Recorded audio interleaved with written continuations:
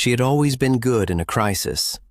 This was not something Nina had cultivated deliberately. It was more like a trait that had declared itself early and been reinforced by use, the way a path through a field gets clearer the more people walk it. When things went wrong around her, she became steadier. When someone needed something, she knew what the something was before they could name it. She'd been this way since she was a teenager, the friend people called when something happened, and she'd grown into her 40s with a quiet pride in it, not vanity, just the satisfaction of being genuinely useful. She met Daniel at a time when he needed someone to be genuinely useful. He'd been recently divorced when they met, introduced through mutual friends, the imprecise social machinery of people in their 40s who know a lot of people and sometimes introduce them to each other. He was 43 and had the particular look of someone who has recently been through something that reorganized them, the look of a house that's been straightened up but still has marks on the walls. He was functional. He was not, she could see, all the way okay. She didn't seek this out. She wanted to be honest with herself about that. Later. She hadn't been drawn to him because he needed help. She'd been drawn to him because he was interesting and funny in the specific way of people who are funny about sad things, and because he asked questions that meant he was actually listening, and because of the particular texture of a dinner with someone you want to talk to past when the food is gone. But she'd also, she could acknowledge, moved toward him with the confidence of someone who recognized the territory. She knew how to do this. She knew how to be the person who was present when someone was struggling, who made things feel possible, who gave the right amount of space and the right amount of closeness without being told where the line was. She'd been doing it her whole life. She became important to him quickly. This was the part that felt like love. The quickness of it, the need of it, the fact that he called when things were hard and that her voice was the one that made them less hard. She was the person he texted when the apartment felt too quiet. He'd moved into an apartment after the divorce, a place that he described as fine, and that she understood was not fine. And the person he talked to when the paperwork made everything real again, and the person who drove him to pick up his dog from his ex-wife's house the first time, which had been unexpectedly awful.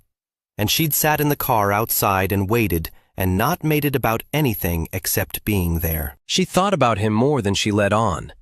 Not obsessively, she wasn't that kind of person and never had been, but steadily, in the way you think about someone who occupies a specific room in your internal architecture. She thought about what he might like and texted him articles about things he'd mentioned caring about. She thought about how he was doing on the days they didn't talk and sometimes sent a message to say so. She tracked his recovery the way you track something you're invested in.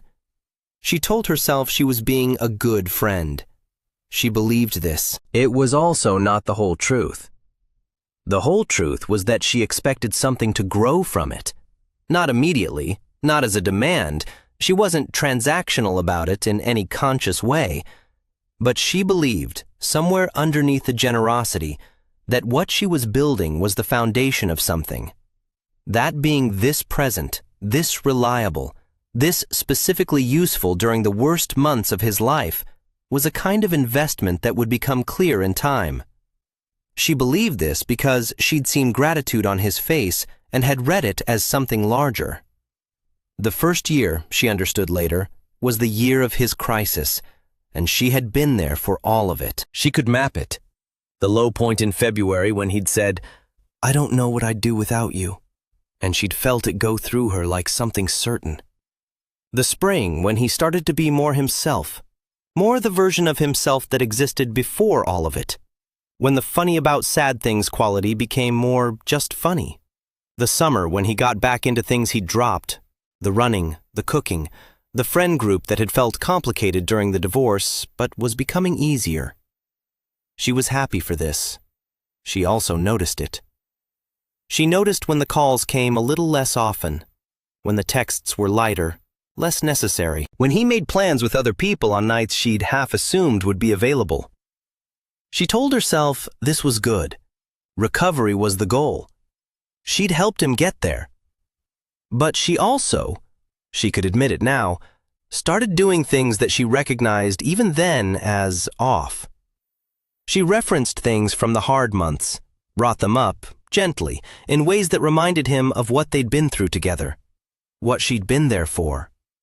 She texted more than he texted back, and told herself the imbalance was temporary. She offered help he didn't ask for, and felt, when he declined it, something she couldn't quite call hurt, because hurt implied an expectation, and she wasn't supposed to have expectations. She had expectations. Her friend Claudia, who had known her for 20 years, said something in August that Nina had spent the subsequent months trying to disagree with. They were at Claudia's kitchen table, the two of them and a bottle of wine, and the particular honesty that comes after 10 at night between old friends. "I think you're waiting for him to realize something," Claudia said. "I'm not waiting for anything," Nina said. Claudia looked at her. "I'm not. Nina, you've mentioned him 3 times tonight. Every time your phone lights up, you check it in a specific way." Claudia said it without judgment, the way she said most things. "What are you waiting for him to realize?" Nina held her wine glass. "That I was there," she said finally. "I was there when no one else was. And I think—" She stopped. "I think that should count for something." Claudia nodded slowly. "It does count for something." "Then why—" "Because counting for something isn't the same as owing you something," Claudia said gently. "They're different." Nina didn't say anything. "You helped him," Claudia said. "That was real. You're a good person, and what you did for him was real." She paused. "But I think part of why you helped was because you wanted something in return. And I think you've been not seeing that, because it's uncomfortable." Nina drove home that night with the windows down, even though it was cold, which was something she did when she was processing something difficult. The cold helped. She sat in her car outside her apartment for a while before going in. She thought about what Claudia had said. She thought about the "I don't know what I'd do without you," and how she'd felt it settle like something decided. She thought about the calls and the texts and the driving and the waiting in the car outside the ex-wife's house with the dog. She thought, "I was there because I wanted to be. And I wanted to be there because I wanted him." This was not a comfortable thing to know. It didn't make what she'd done wrong. The help had been real. The care had been real. None of it had been performed. But it meant something about the accounting she'd been doing without admitting she was doing it. She'd been building a case without filing it, expecting a verdict without ever entering the courtroom.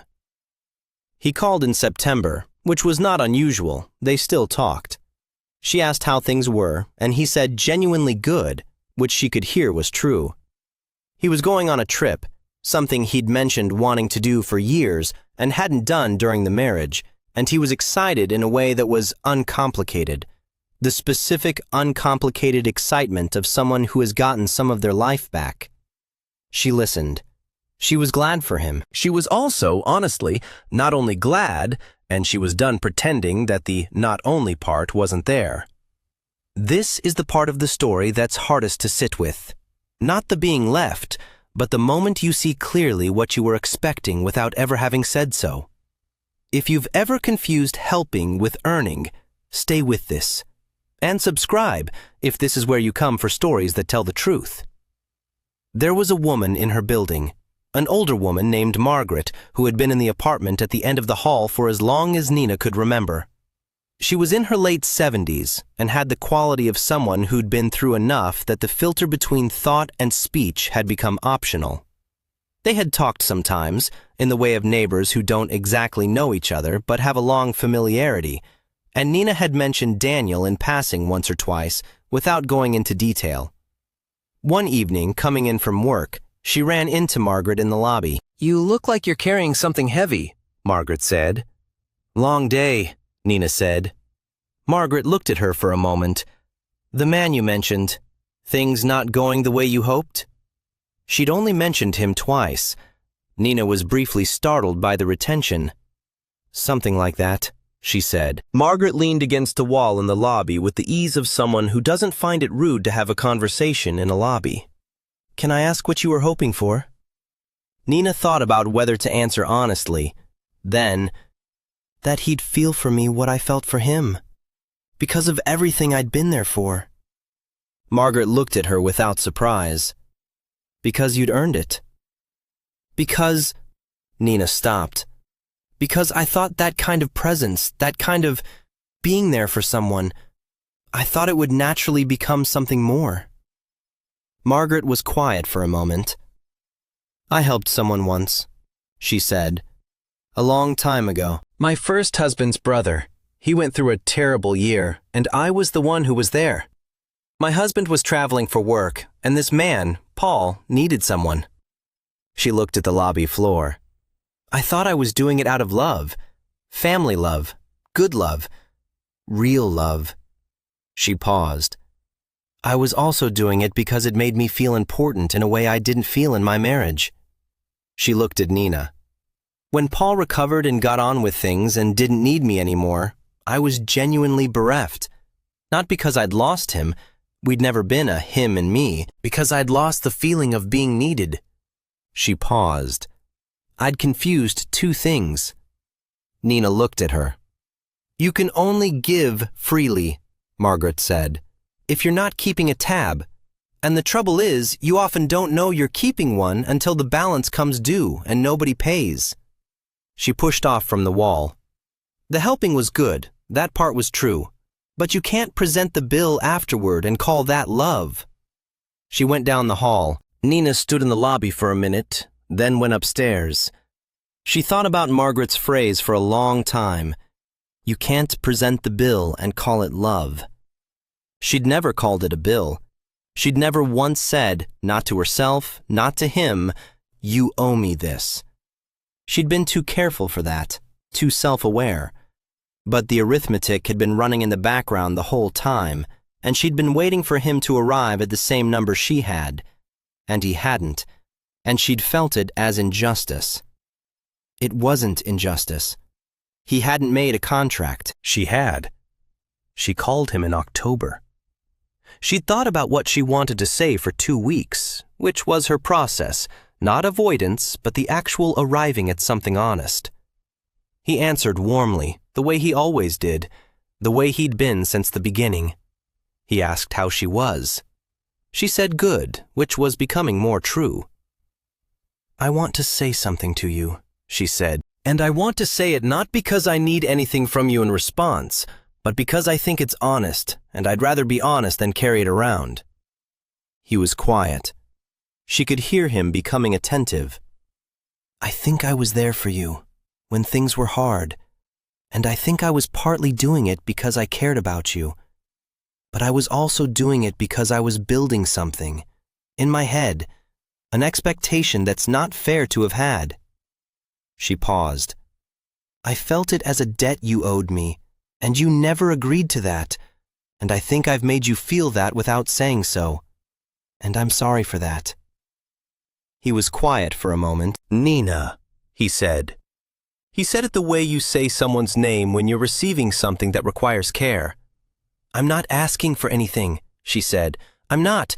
This isn't a setup for a conversation about what I wanted. I'm just saying, I confused the way you needed me with the way I wanted to be needed, and I'm working on understanding the difference. Another pause. You weren't wrong to be there, he said. I want you to know that. What you did, all of it, it mattered. I don't know how to explain what it mattered. I know, she said, and I believe that. And I also know it didn't, that it doesn't translate into the thing I wanted it to. She stopped. That's not your fault. That's mine. They talked for a while after that, not about the thing. The thing had been said, and saying it had been the point, not resolving it. They talked about his trip and her work and the way the fall had settled into the neighborhood. It was a different conversation than the ones they'd been having, not warmer or colder, but more honest, the kind that could exist between two people who have gotten real with each other. She didn't know what they were after that, Friends, probably, if that was what it became. Or the kind of people who had meant something to each other at a specific time and carried it forward in the reduced form that time makes of things. She thought about what she'd built and what she'd confused and what she was going to do differently. She was 46. She was still good in a crisis. That part of her was real and not the problem. She genuinely liked being the person who knew what to do when things went wrong. The problem had been what she'd expected the goodness to buy. She thought about the next time she found herself moving toward someone who was struggling, with the confidence and the competence and the particular clarity she had in those situations. She thought about what she'd do with the feeling that came with it, the sense of being needed, the intimacy of crisis, the thing that looked like love from the inside, even when it was something more complicated. She was going to pay attention. Not to stop. She wasn't going to stop being the person she was, but to know what she was doing while she was doing it. To be honest, at least with herself, about the difference between helping and investing. She started with small things. She called her sister, who she'd been meaning to call about nothing in particular, and they talked for an hour about family stuff and old memories and a show they were both watching. She signed up for a pottery class she'd been putting off, which was the kind of thing she'd been neglecting because it required time she'd been spending on Daniel-adjacent activities without naming them that way. She was also, she admitted to herself, a little lonely, which was different from what she'd been, not the loneliness of being unneeded, but just the ordinary loneliness of being 46 and single, and not in the particular intensity of what the past year and a half had been. She sat with that. It was survivable. She thought about what Claudia had said. The help was real. She held on to that, not as justification for the expectation that had come with it, but as something true on its own. She'd been there. She'd meant it.